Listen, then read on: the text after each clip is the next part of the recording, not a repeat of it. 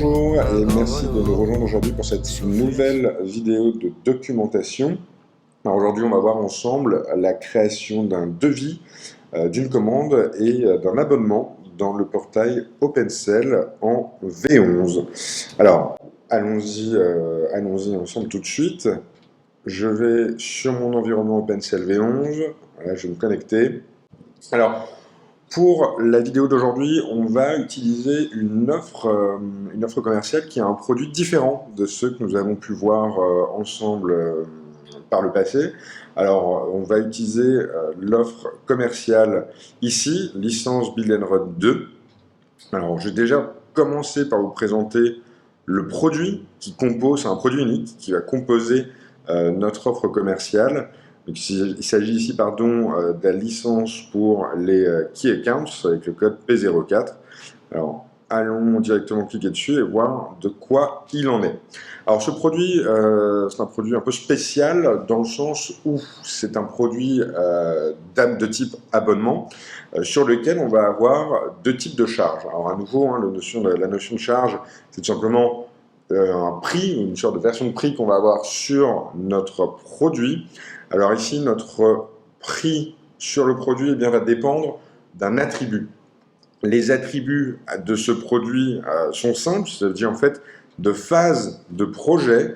Ici, à nouveau, le produit, c'est une licence, mais la licence, son prix va varier selon la phase dans laquelle on va se trouver dans le projet. Donc on a deux phases pour ce projet, enfin pour ce type de produit. On va avoir la phase build, qui va correspondre à la phase de mise en place finalement de la solution que l'on vend, et la phase run, donc à partir du moment où la mise en place est terminée et que l'on va donc être sur un abonnement classique, on va pouvoir en tant qu'utilisateur, nos clients en tant qu'utilisateurs vont pouvoir jouir de leur licence, nous allons donc être sur la phase run. Alors on a les attributs qu'on vient de voir ici qui sont liés au produit. Voyons maintenant rapidement à quoi ressemblent les charges. Alors, on va avoir une charge recurring pour Build and Run, à nouveau une seule et même charge pour deux différents prix. Et si on va sur notre version de prix, on va pouvoir voir ici la notion de cette version de prix, qui va être, je vais avoir un prix unitaire de 5000 en phase de build, d'accord, et ensuite un prix unitaire de 12 000 en phase de run. Alors, ici, on va simplement ajouter une priorité build, et ensuite la priorité secondaire run. Alors, la raison pour laquelle je fais cette petite modification vient tout simplement... ah oui, alors j'ai déjà publié, bon, c'est pas très grave, mais en général, il faut rajouter cette priorité, parce que ça va permettre au système de dire, par défaut, on commence toujours par du build. On a également cette notion de valeur par défaut sur une offre, mais admettons, vous pourriez avoir 3, 4 ou 5 différents attributs. Ici, nous n'avons que 2 pour ce produit et cette charge. Donc, si jamais vous en aviez davantage, vous pouvez utiliser la notion de priorité sur votre version de prix. Alors, retournons sur notre offre commerciale rapidement pour être certain qu'on a tout. On a parlé des attributs, on peut ajouter des règles commerciales. Aujourd'hui, on ne va pas utiliser les règles commerciales et on ne va pas non plus modifier tout ce qui est durée initiale, conditions de renouvellement, etc. Pour cet abonnement, on va garder les choses le plus simple possible. Encore une fois, l'objectif, à nouveau, et pour l'ensemble de nos vidéos, c'est de pouvoir aller de plus en plus en complexité sur la documentation qu'on vous présente. Aujourd'hui, la complexité, ça va être la notion d'attribut et la notion d'un prix qui est dépendant de ces attributs dans la notion d'avoir finalement un projet avec deux phases distinctes. Alors, revenons finalement à nos moutons. Aujourd'hui, l'objectif, c'est effectivement la création d'un devis, puis la commande et l'abonnement. Alors, pour créer un devis, évidemment, on se retrouve dans notre module Customer Care. On va avoir ici directement le sous-menu devis, sur lequel je vais pouvoir aller cliquer directement. Pour créer un nouveau devis, on est toujours sur la même notion que sur les autres pages, comme lorsque l'on souhaite créer un nouveau client, on va simplement pouvoir utiliser le petit bouton plus ici Évidemment, vous allez pouvoir retrouver ici l'ensemble des devis précédents avec leurs différents statuts, les devis qui ont été acceptés, les devis qui sont en attente, in progress, ou qui ont été approuvés, ou même évidemment les devis qui ont été annulés. Alors, créons un nouveau devis.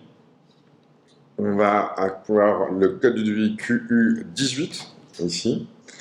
On va sélectionner le client. Alors, on va récupérer le client Wayne Enterprise directement. On peut ajouter un libellé. Alors, devis, documentation, vidéo par exemple. Hop, la date du devis, on va mettre la date du jour. Lorsque vous allez créer votre devis, vous allez évidemment pouvoir ajouter un plan de remise ou bien un contrat. Alors un plan de remise, tout simplement, ça va être un plan de remise comme son nom l'indique. Vous allez pouvoir les créer et en créer différents types. On verra ça évidemment sur une prochaine vidéo. Idem pour la notion de contrat qui correspond plus loin à des contrats cadres. Alors ici, on ne va pas utiliser le plan de remise ni les contrats, on va simplement créer directement notre devis. Alors, sur les devis, on va avoir la même notion que lors de la création d'un produit et des versions de produits. Mais ici, on va avoir la version de devis. On va donc pouvoir créer différentes versions de devis selon justement les attentes du client ou les modifications que le client souhaite que l'on apporte à une version précédente. Aujourd'hui, on va simplement vers une version directe, on ne va pas complexifier encore pour le moment. Alors, lorsque j'ai créé mon devis, on a à nouveau cette nouvelle section de version qui apparaît. On va pouvoir mettre une date de début, une date de fin. Ici, on va simplement mettre une date de début à ce jour. À nouveau, le plan de facturation ici que vous allez pouvoir utiliser, si vous avez différents types de plans de facturation. Ici, on ne les a pas setés encore, mais on peut imaginer avoir un plan de facturation tous les trimestres, tous les mois, etc., etc. Maintenant, on va lier finalement notre offre à notre devis. Alors, on va devoir créer une nouvelle ligne à notre version de devis. Donc, on va cliquer sur le bouton créer juste ici et on va aller sélectionner notre offre. Alors, ici, on retrouve l'ensemble des offres qui sont créées sur l'environnement. Alors, nous allons utiliser l'offre licence Build and Run 2. Je la sélectionne. Tout de suite, mon produit lié à l'offre apparaît. Évidemment, je n'en ai qu'un seul, donc je n'ai qu'une seule ligne de produit. Mais si nous avions eu plusieurs produits dans notre offre, eh bien, nous aurions eu ici l'ensemble des différents produits qui seraient remontés. Mon produit a été lié, alors je vais simplement enregistrer. On va pouvoir directement définir quel est l'attribut sur lequel l'abonnement va commencer. Alors ici, notre attribut par défaut est bien l'attribut build, donc l'attribut qui correspond à la phase de mise en place d'implémentation de mon logiciel. Alors j'active bien cet attribut build, j'enregistre, et je vais donc pouvoir revenir maintenant en arrière sur ma version de prix. Alors je vois que ma version de prix ici, j'ai bien la quantité 1, qui va être la quantité par défaut que j'ai indiquée dans mon offre. Vous avez la possibilité d'indiquer des quantités par défaut, des quantités minimales même sur une offre liée à un produit. On va pouvoir également ajouter des informations du type est-ce que ce produit dans cette offre est obligatoire, est-ce qu'il est visible, est-ce qu'il est invisible, ainsi de suite. Ici on a bien donc notre offre, notre produit qui est lié à notre devis. Alors on va donc pouvoir maintenant récupérer notre PDF. Alors je clique ici sur télécharger le PDF, il va donc me récupérer le PDF qu'on va pouvoir rapidement regarder ensemble. Alors ici évidemment il s'agit d'un layout de base, vous allez pouvoir mettre votre propre layout avec évidemment toutes les informations obligatoires qui sont à ajouter sur le devis. Alors on retrouve ici notre prix, qui effectivement, vous pourrez le remarquer, ne correspond pas exactement au prix que nous avions vu ensemble sur la phase build, un prix qui était de 5 000. La raison pour laquelle le prix n'est pas de 5 000, eh bien, tout simplement, c'est parce que nous avons ajouté la règle de prorata temporis sur le mois en cours, qui va nous donner évidemment ce montant de 1 333 € qui correspond en prorata sur le reste du mois.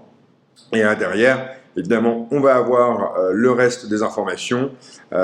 Évidemment, à nouveau, les PDF que vous allez pouvoir utiliser vont être les PDF de votre choix, avec les templates de votre choix.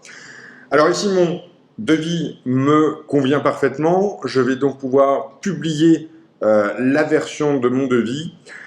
Une fois que la version de mon devis est publiée, j'ai bien le statut ici de la version qui est modifiée.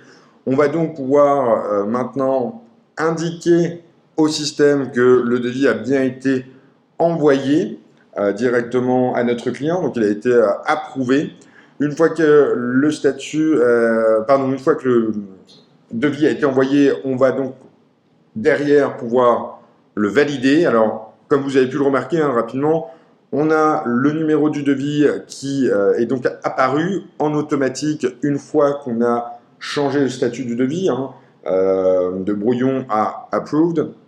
Et on va donc pouvoir maintenant valider le devis.